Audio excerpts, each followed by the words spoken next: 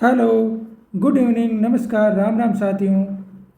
Mind boost academy में आपका स्वागत है और मैं लेकर आया हूँ राजस्थान करंट अफेयर की क्लास, जिसके अंदर अपन चर्चा करेंगे राजस्थान के करंट से संबंधित मुख्य प्रश्नों की और उससे जुड़े हुए सभी प्रमुख प्रश्नों की।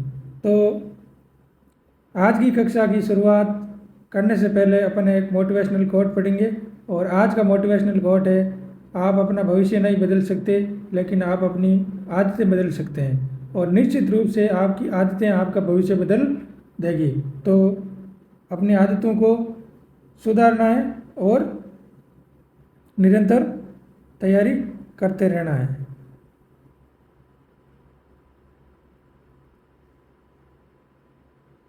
तो आज की क्लास की शुरुआत करते हैं और सबसे पहले करेंगे जो कल की क्लास थी उसका रिवीजन।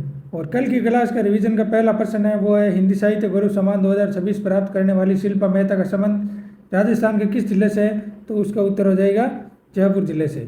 अगला प्रश्न है वो है, हाल ही में संपन्न हुए खेलो इंडिया ट्राइबल गेम का आयोजन कहाँ किया गया? तो रायपुर छत्तीसगढ़ में। अगला क्वेश्चन है वो है, हाल ही में एथेंस यूरोप में आयोजित समारोह में राजस्थान की किस बेटी को अंतर्राष्ट्रीय गुड डिजाइन अवार्ड से सम्मानित किया गया? तो अंतर्राष्ट्रीय गुड डिजाइन अवार्ड से सम्मानित होने वाली राजस्थान की बेटी कौन है? रेखा मीणा। ये कहाँ की है? तो ये है जयपुर जिले की। अगली बात करें तो राजस्थान सरकार के युवा बोर्ड द्वारा युवा साथी केंद्र की स्थापना कहाँ की गई? तो वो भी जयपुर में। हाल ही में राजस्थान के किस एयरपोर्ट पर प्रदेश के पहले उड़ान यात्री कैफे की शुरुआत की गई? तो ये जयपुर इंटरनेशनल एयरपोर्ट पर।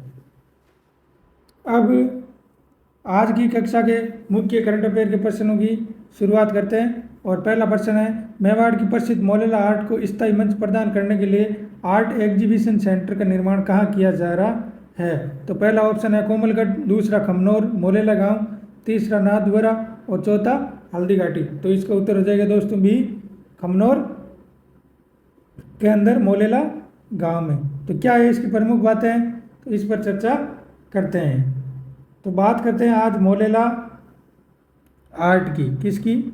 मोलेला आर्ट। इसे क्या कहते हैं? तो बात आ गई मोलेला आर्ट की। मोलेला आर्ट की ये क्या है? ये टेराकोटा उद्योग। टेराकोटा उद्योग कहाँ का है? तो ये है मोलेला गांव, राजसमंद का। अब इसका नाम हो गया Molela art.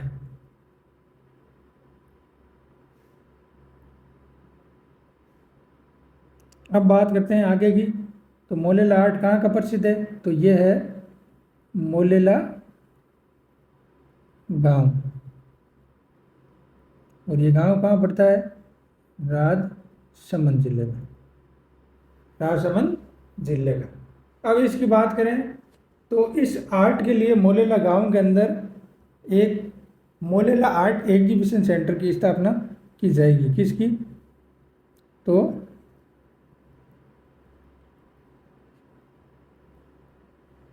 Molela art exhibition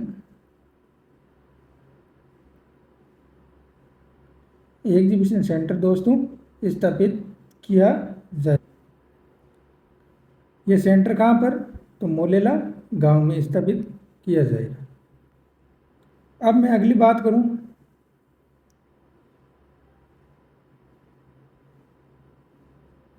तो वो निकल कर आती है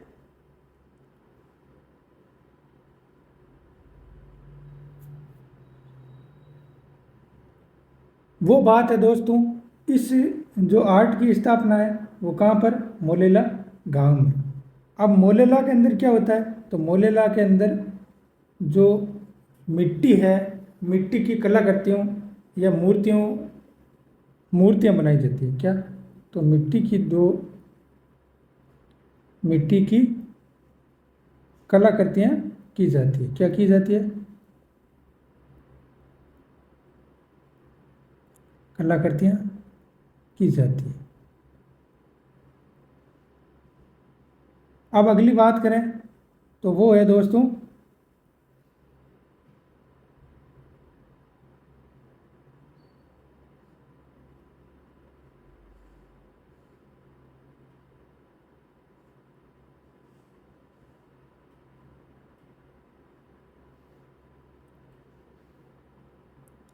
जो ये मोलेला गांव के अंदर एग्जीबिशन सेंटर बनेगा उसकी लागत की बात करें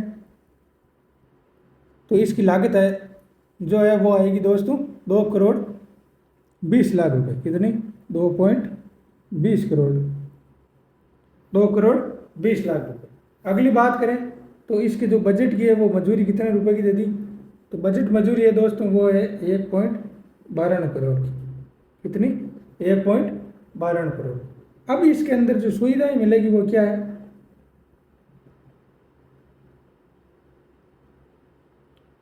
सुविधाएं क्या क्या मिलेगी तो उसकी बात करें तो इसके अंदर, इस सेंटर के अंदर एग्जीबिशन हॉल होगा एक। क्या होगा? एग्जीबिशन हॉल होगा। दूसरी बात करें तो इसमें कैफेटेरिया, पार्किंग और पर्यटकों के लिए ज़रूरी बुनियादी सुविधाओं का जो है इसमें विकसित की जाएगी। तो कैफेटेरिया क्या होगा? कैफेटेरिया, पार्किंग और ज़रूरी बुनियादी सुविधाओं की। अब अगली बात करें तो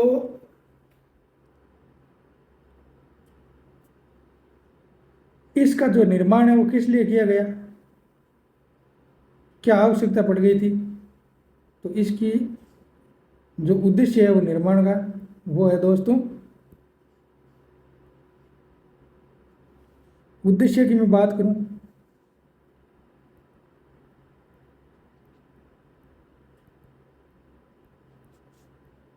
तो वो है जो यहाँ पर जो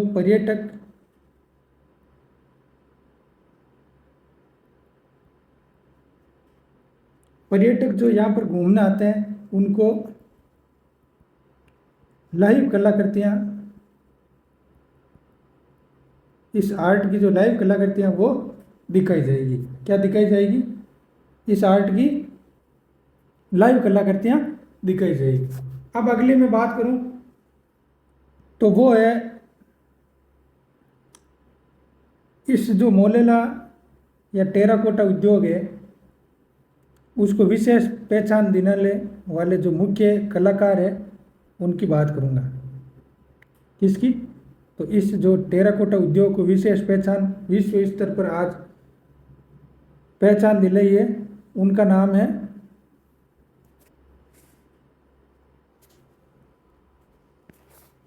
मोहनलाल कुमार। क्या नाम है उनका? मोहनलाल कुमार की। अब बात करते हैं इसके जो मुख्य कलाकार हैं।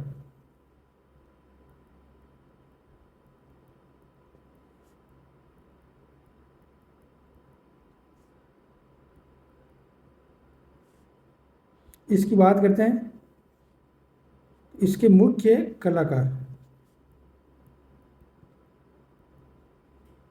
मुख्य कलाकार की बात करें तो मुख्य कलाकार का नाम है मोहनलाल कुमार। क्या नाम है? मोहनलाल कुमार। इनकी बात करें मोहनलाल कुमार की तो इनको वर्ष 2012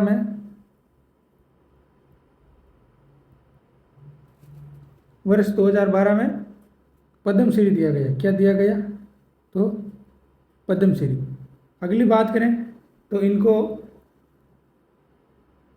3 राष्ट्रपति पुरस्कार भी दिए जा चुके हैं। कितने? तो 3 राष्ट्रपति पुरस्कार।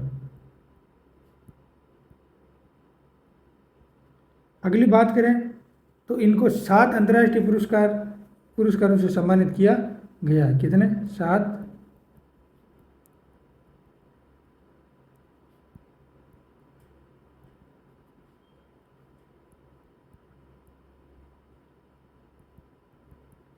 अगली बात करें तो इनको मोलेला आर्ट का जनक माना जाता है। क्या माना जाता है? मोलेला आर्ट का जनक। अब इन्होंने विश्व स्तर पर इस जो कला है इसको पहचान दिलाई और मोलेला आर्ट का नाम है वो विश्व के अंदर। ये अब अगली बात करते हैं, तो इस मोलेला आर्ट की जो वो है, इसको जीआई टैग दिया गया है। मोलेला आर्ट को क्या दिया गया? GI tag.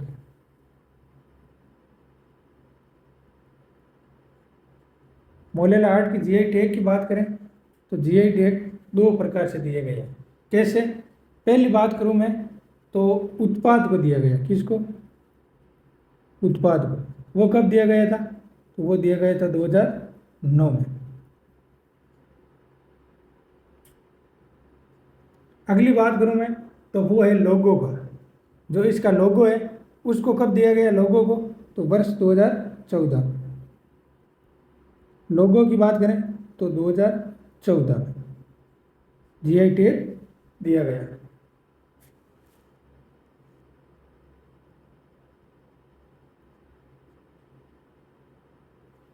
तो ये हो गई थी मोलेला आर्ट से संबंधित प्रमुख बातें। और इसके प्रमुख कलाकार कौन थे? तो मोहनलाल कुमार।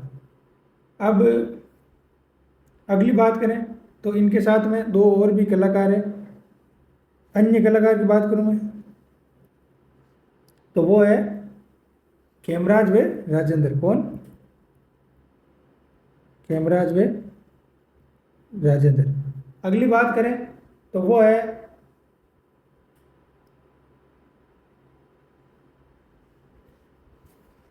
इस पर डाक टिकट जारी किया गया।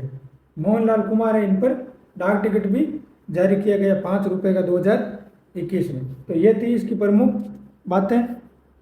ये इसका इंग्लिश वर्जन है, वो है where is an art exhibition centre being constructed to provided a permanent platform for Mewar's famous Molela art. तो इसका उत्तर हो जाएगा कमनौर मोलेला विलेज में।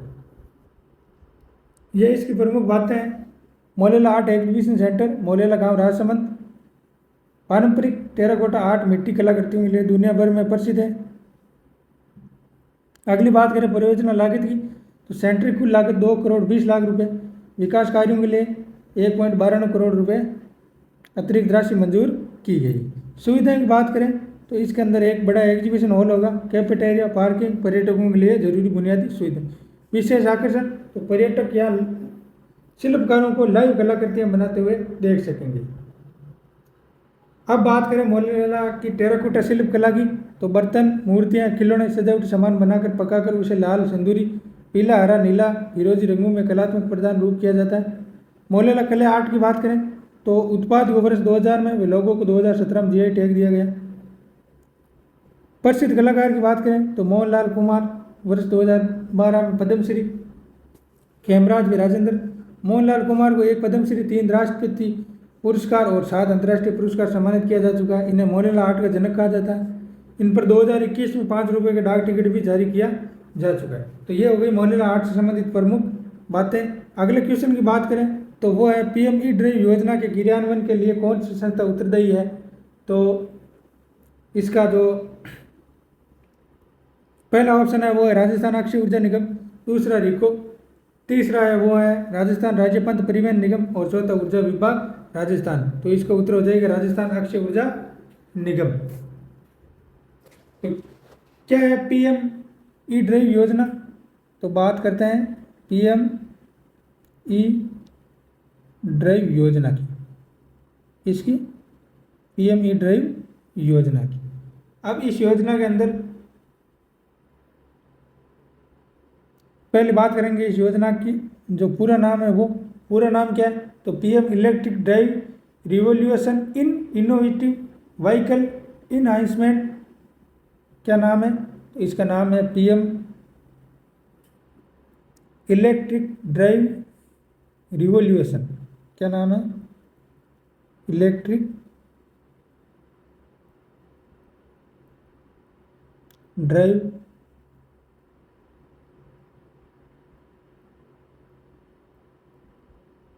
Revolution in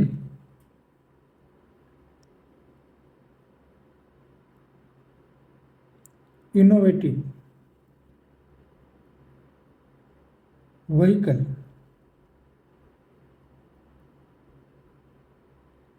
enhancement. ये इसका पूरा नाम है दोस्तों। क्या नाम है? एनहांसमेंट, ये इसका पूरा नाम है। अब अगली बात करें तो ये योजना, इसका उद्देश्य क्या है? तो ये दोस्तों इसका उद्देश्य है पब्लिक चार्जिंग स्टेशन स्थापित करना। जो इलेक्ट्रॉनिक वाहन है उनके लिए चार्जिंग स्टेशन स्थापित करना, ये इसका क्या है? प्रमुख उद्देश्य। अगली बात करें तो वो है, अब इस योजना के तहत राजस्थान में इलेक्ट्रॉनिक चार्जिंग नेटवर्क जो विकसित किया जाएगा 2026 में, उसकी बात करेंगे। राजस्थान में इलेक्ट्रॉनिक चार्जिंग स्थापित करने के लिए कौन कौन सी बातें हैं वो अपन देखेंगे। तो भारत सरकार ने राजस्थान में इलेक्ट्रॉनिक वाहनों के चार्जिंग स्थापित करने के लिए पब्लिक जो चार्जिंग स्टेशन है वो स्थापित करने हेतु कितने करोड़ का बजट दिया है?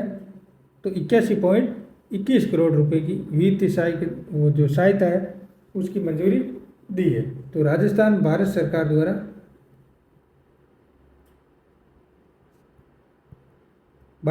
द्वारा बजट की बात करें तो वो है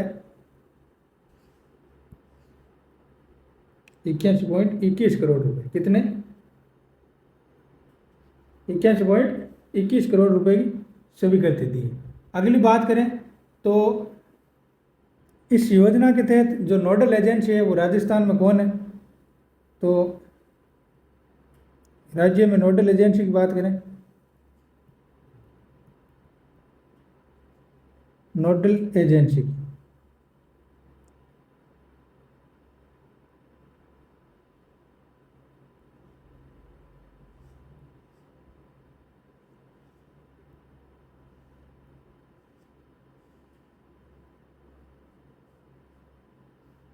तो राज्य में नोडल एजेंसी कौन है? तो राज्य के अंदर नोडल एजेंसी है दोस्तों वो है अक्षय ऊर्जा निगम लिमिटेड। कौन सी? अक्षय ऊर्जा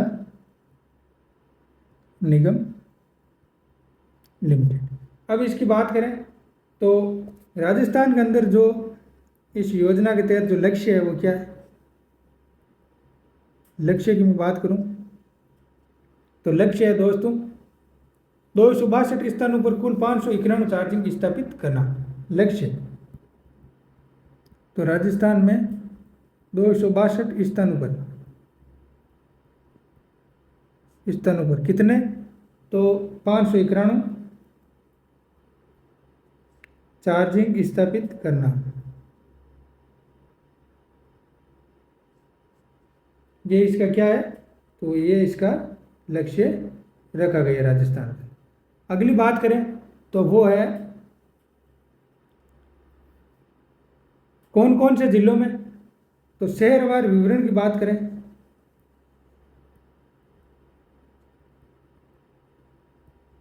तो कौन कौन से जिलों में?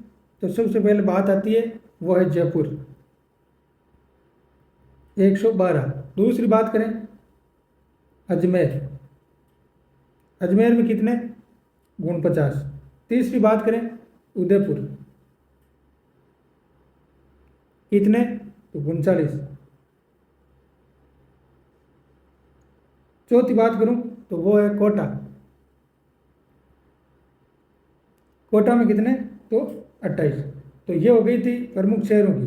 राजमार्ग की बात करें तो राजमार्ग के अंदर दोस्तों 34 जो चार्जिंग स्टेशन है वो राष्ट्रीय एवं राज्य राजमार्गों पर स्थापित किए जाएंगे। 34। ये तो हो गई थी इसकी जो पीएमई ड्राइव योजना है उसकी प्रमुख बातें। अब देखते हैं राजस्थान अक्षय ऊर्जा निगम की स्थापना कब हुई थी? तो राजस्थान अक्षय ऊर्जा निगम है उसकी स्थापना हुई थी दोस्तों 2002 के अंदर।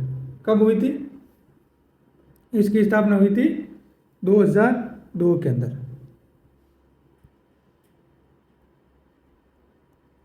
2002 को, अगस्त 2002 2002 को इसकी स्थापना हुई थी। रिको की बात करूं मैं तो रिको की स्थापना हुई थी दोस्तों, मूल रूप की बात करें रिको की तो मूल रूप से हुई थी दोस्तों इसकी स्थापना 1969 में। कब? 1969 में। और पुनर्गठन की बात करें तो वो हुई थी 1980 में, 1 जनवरी 1980 में। क्योंकि रिको को पहले 1969 में जब स्थापना हुई थी तब इसका नाम था दोस्तों, वो था राजस्थान राज्य औद्योगिक एवं खनिज विकास निगम, RSIMDC। लेकिन इसको बाद में 1 जनवरी 1980 को विभाजित कर दिया और रिको को मुख्य इसका जो नाम है वो हुआ था राजस्थान राज्य औद्योगिक विकास एवं निवेश निगम, RIICO रिको। अब अगली बात करें राजस्थान राज्य पथ परिवहन निगम की तो RTDC की स्थापना हुई थी। इसकी स्थापना हुई थी दोस्तों अक्टूबर 1964 में। कब हुई थी? इसकी स्थापना हुई थी अक्टूबर 1964 को।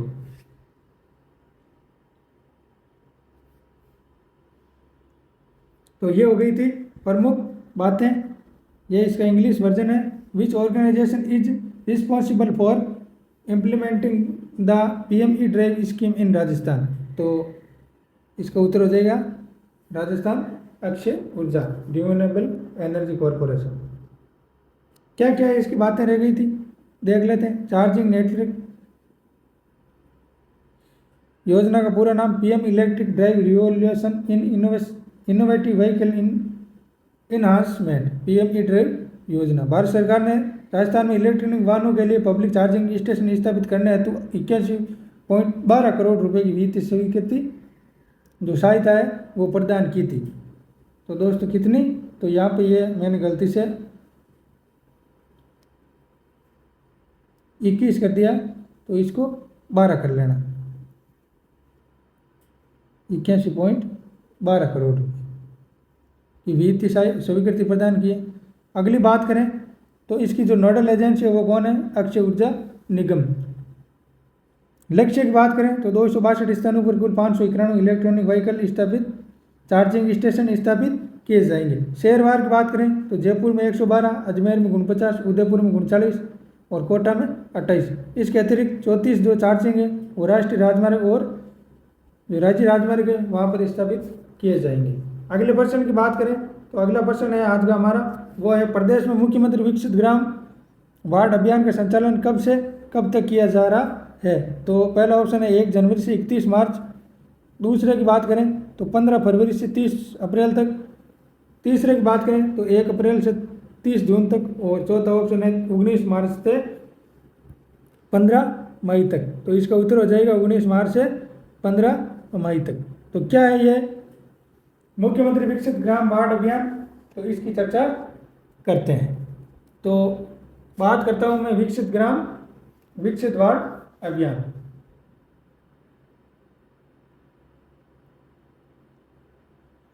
मुख्यमंत्री विकसित ग्राम वार्ड अभियान की इसकी बात करते हैं।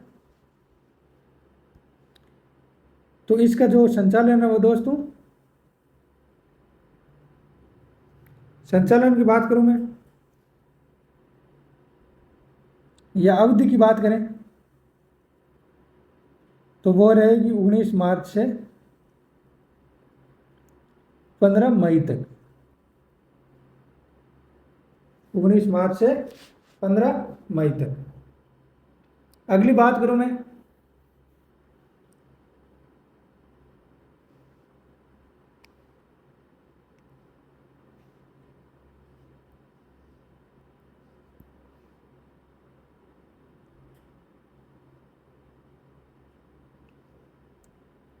तो वो बात है दोस्तों, इसका जो उद्देश्य है वो क्या है? तो इसका उद्देश्य है राजस्थान के गांवों और शहरों में नियोजित विकास के लिए एक मास्टर प्लान तैयार करने की दिशा। क्या? तो राजस्थान के शहर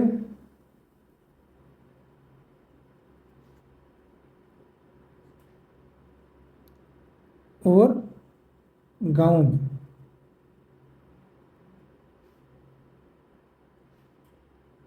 शहरों और गाँव के अंदर क्या है दोस्तों, तो शहरों और गाँव में एक नियोजित विकास के लिए मास्टर प्लान बनाना। क्या, तो नियोजित विकास हेतु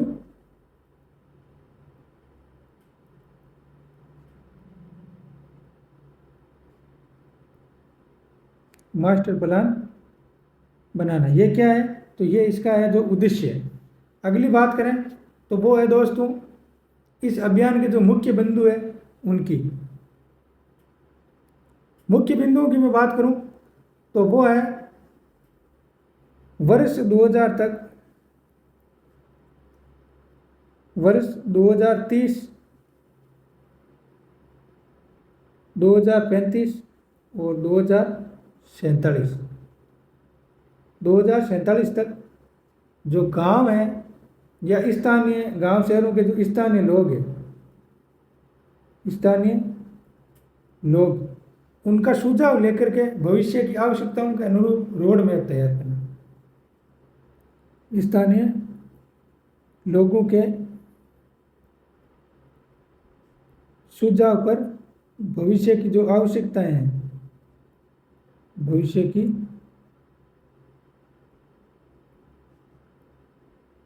आवश्यकताओं के अनुरूप रोड मैप तैयार करना। अब इनका जो विकास किया जाएगा, विकास कैसे किया जाएगा, तो भविष्य जो स्थानीय लोग हैं उनके सुझाव लेकर के भविष्य की आवश्यकताओं के अनुरूप एक रोड मैप तैयार करके गांवों और शहरों का विकास किया जाएगा। तो इस विकास के लिए जो अभी इस अभियान में कितने वार्ड और कितने गांव शामिल किए गए, तो शामिल की बात करूं मैं, शामिल किए जाएंगे तो अभियान के तहत 14,000 से अधिक, 14,000 से अधिक ग्राम पंचायतें, ग्राम पंचायत को इसमें शामिल किया जाएगा और 10,000 से अधिक शहरी वार्ड शामिल किए जाएंगे।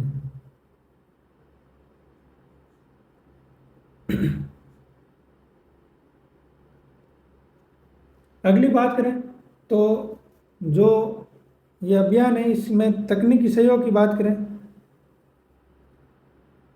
तकनीकी सहयोग की बात करें तो तकनीकी सहयोग इसमें दी जाती है वो है भास्कराचार्य राष्ट्रीय अंतरिक्ष अनुप्रयोग एवं भू संरचना विज्ञान संस्थान द्वारा। क्या नाम है उसका, तो BISAGN, ये इसका पूरा नाम, क्या नाम है, भास्कराचार्य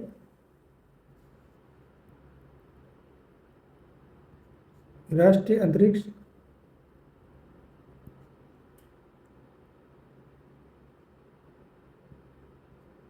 अनुप्रयोग एवं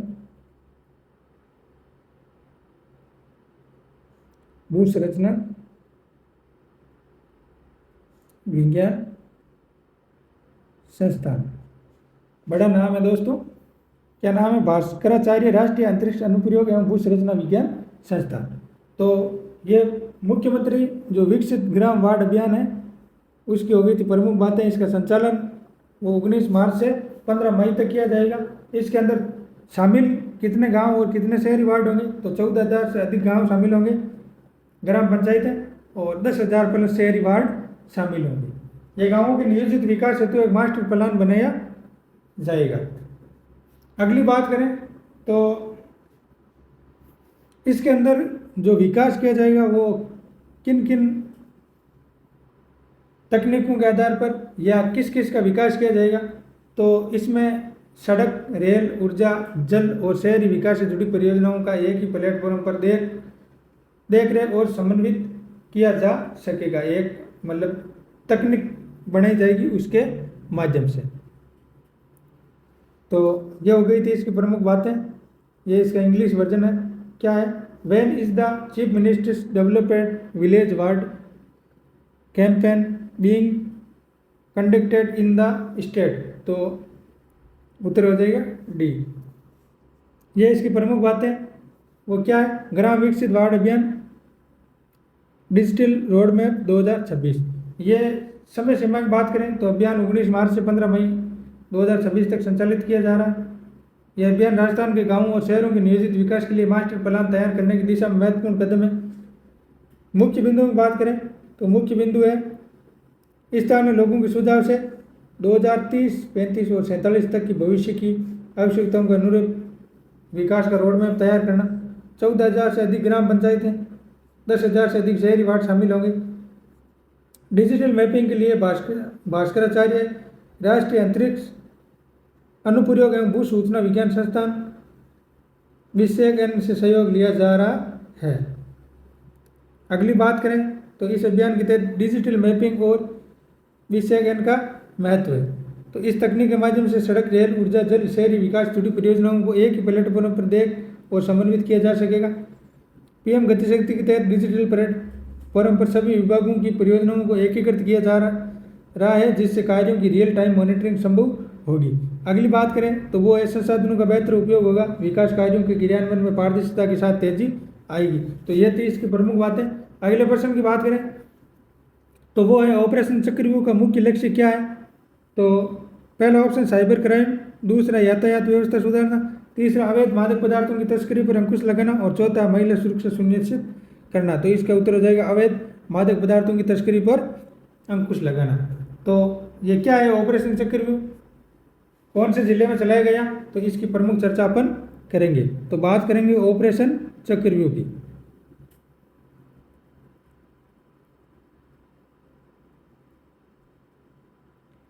ऑपरेशन चक्रव्यूह, ऑपरेशन चक्रव्यूह दोस्तों जो यह है चलाया गया किसके द्वारा, तो जोधपुर कमिश्नरेट द्वारा। कौन किसके द्वारा, जोधपुर कमिश्नरेट द्वारा।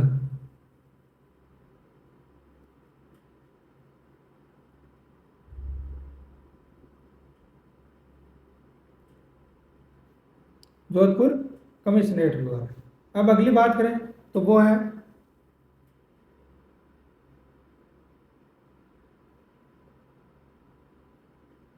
इसका उद्देश्य किस लिए चलाया गया, तो अवैध मादक पदार्थ है जो नशा करने की जो पदार्थ है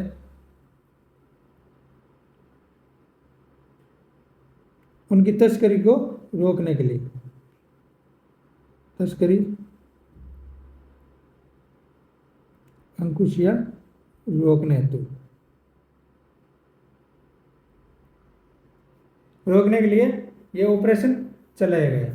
अब अगली बात करें तो इसका नेतृत्व है वो कौन कर रहा है, तो नेतृत्व है वो पुलिस उपायुक्त पश्चिम कमल शेखावत कर रहे हैं। कौन, पुलिस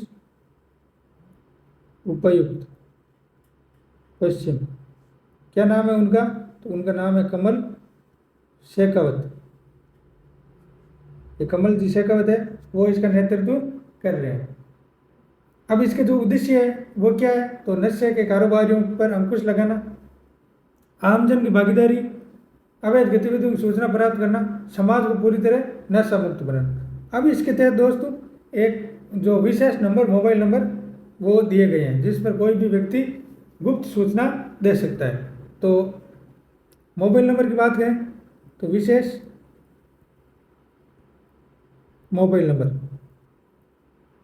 क्या है, तो 95 30 44 0 443। ये एक मोबाइल नंबर जनरेट किए गए हैं जिस पर जोधपुर जिले के अंदर जो भी कोई अवैध मादक पदार्थों की तस्करी करना चाहता है, मतलब कर रहा है कोई और उसके बारे में शिकायत करना चाहता है, तो ये मोबाइल नंबर जारी किए गए हैं और जिसके तहत आपकी सूचना को गुप्त रखा जाएगा और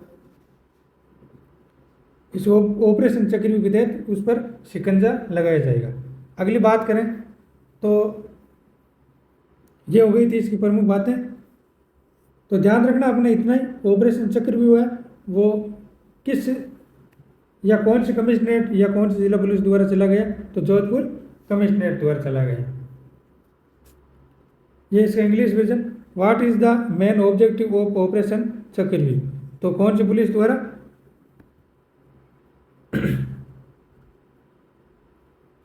तो इसका उत्तर क्या हो जाएगा, तो वो है किसके लिए चला गया, तो legal drug trafficking, C option हो जाएगा इसका उत्तर। अगली बात करें तो अगला क्वेश्चन है अपना, ये इसकी कुछ बातें रह गई थी, देख लो। नशा मुक्त जोधपुर अभियान ऑपरेशन चक्रव्यूह। अवैध मादक पदार्थों की तस्करी रोकने और युवाओं को नशे से बचाने के लिए विशेष अभियान शुरू किया गया। नेतृत्व पुलिस उपायुक्त पश्चिम कमल शेखावत की अगुवाई में। नशे कारोबारियों तस्करों को शिकंजा कसना सुनिश्चित कर अवैध गतिविधियों की सूचना प्राप्त करना, समाज को पूरी तरह नशा मुक्त बनाना। अगली है वो विशेष पहल, सूचना देने के लिए मोबाइल नंबर जारी किया गया जिस पर कोई भी व्यक्ति गुप्त रूप से सूचना दे सकता है।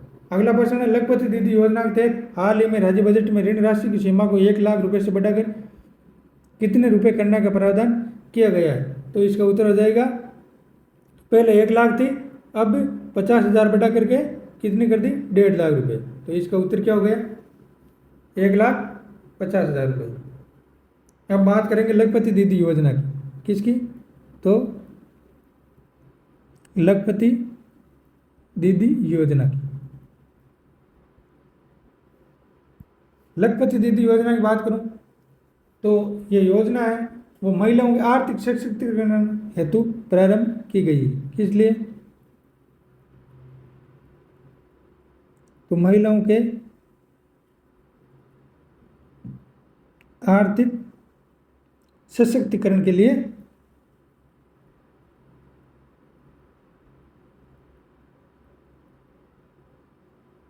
प्रारंभ की गई।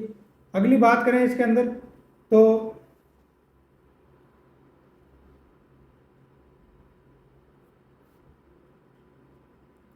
जो इसके अंदर लखपति दीदी योजना के अंतर्गत जो कार्यरत महिलाएं हैं वो स्वयं सहायता समूह के तहत कार्य करती है। कौन, स्वयं सहायता समूह बनाए गए हैं दोस्तों। अब इस स्वयं सहायता समूह के तहत प्रदेश में लगभग 3 लाख महिलाएं हैं वो इस योजना के तहत आमदनी प्राप्त कर रही है।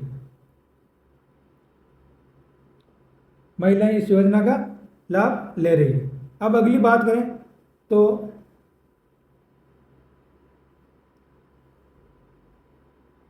वो है बजट 2025-26 की बात, किसकी, तो बात करें बजट 2025-26 की। बजट 2025-26 में क्या हुआ था, तो राजस्थान बजट 25-26 के अंदर जो लखपति दीदी योजना के अंदर महिला सम्मिलित करने का जो लक्ष्य है,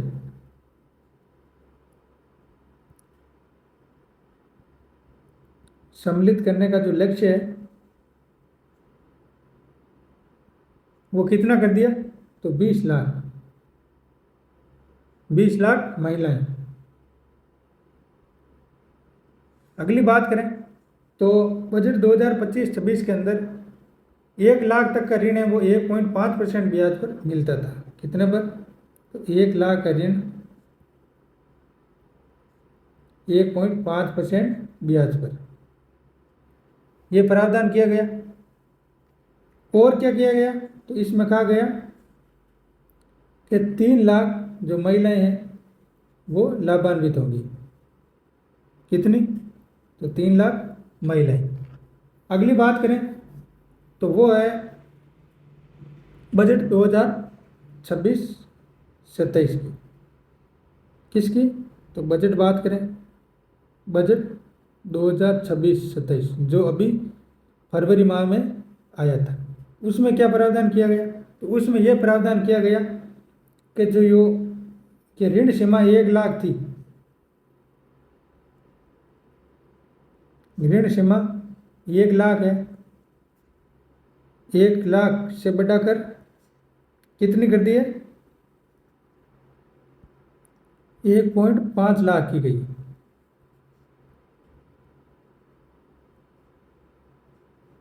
तो बजट जो 2026-27 था उसके अंदर क्या प्रावधान किया गया, तो जो ऋण सीमाएं वो 1 लाख से बढ़ा करके 1.5 लाख कर दी गई है। तो ये बात ध्यान रखना, परीक्षा में ये क्वेश्चन पक्का पूछ सकते हैं। तो ये था लखपति दीदी योजना का प्रश्न, ये इसका English version. Under the Lakhpati Didi scheme the loan limit has been increased from Rs 1 lakh to how money rupees in the recent state budget. तो इसका उत्तर हो जाएगा 1.15 लाख। ये इसकी कुछ प्रमुख बातें हैं वो भी देख लेते हैं। आर्थिक सशक्तिकरण हेतु प्रारंभ की गई लखपति दीदी योजना के अंतर्गत प्रदेश में कार्यरत स्वयं सहायता समूह में से 2,80,000 महिलाएं एवं उनके परिवार 1 लाख रुपए से अधिक वार्षिक आमदनी प्राप्त कर रहे हैं। लखपति दीदी योजना के अंतर्गत इस वर्ष के लिए निर्धारित लक्ष्य को 5 लाख से बढ़ाकर 15 लाख महिलाओं को लखपति दीदी की श्रेणी में लाया जाएगा। बजट 25-26 की बात करें तो 20 लाख महिलाएं 1 लाख तक का ऋण 1.5% ब्याज पर 3 लाख महिलाएं लाभान्वित होगी। सोम हेल्थ ग्रुप के उत्पादों की ब्रांडिंग ई कॉमर्स हेतु 10 करोड़ रुपए का प्रावधान किया गया। अब बजट 2026-27 की बात करें तो इसके अंदर जो ऋण राशि को 1 लाख रुपए से बढ़ाकर 1.50 लाख रुपए करने का बजटीय प्रावधान किया गया है, ये ध्यान रखना दोस्तों। तो जिससे महिला उद्यमिता और अधिक प्रोत्साहन मिलेगा, महिला उद्यमिता है उनको अधिक प्रोत्साहन मिलेगा। तो ये थे आज के प्रमुख प्रश्न और उनकी चर्चाएं। आप सभी का धन्यवाद। चैनल को सब्सक्राइब जरूर करना और आगे की क्लास के लिए जुड़े रहना माइंड बूस्ट अकेडमी के साथ में, और टेलीग्राम जो चैनल है उसको भी ज़रूर ज्वाइन कर लेना, क्योंकि इस क्लास की पूरी PDF उस पर आपको मिल जाएगी। तो धन्यवाद दोस्तों आपका।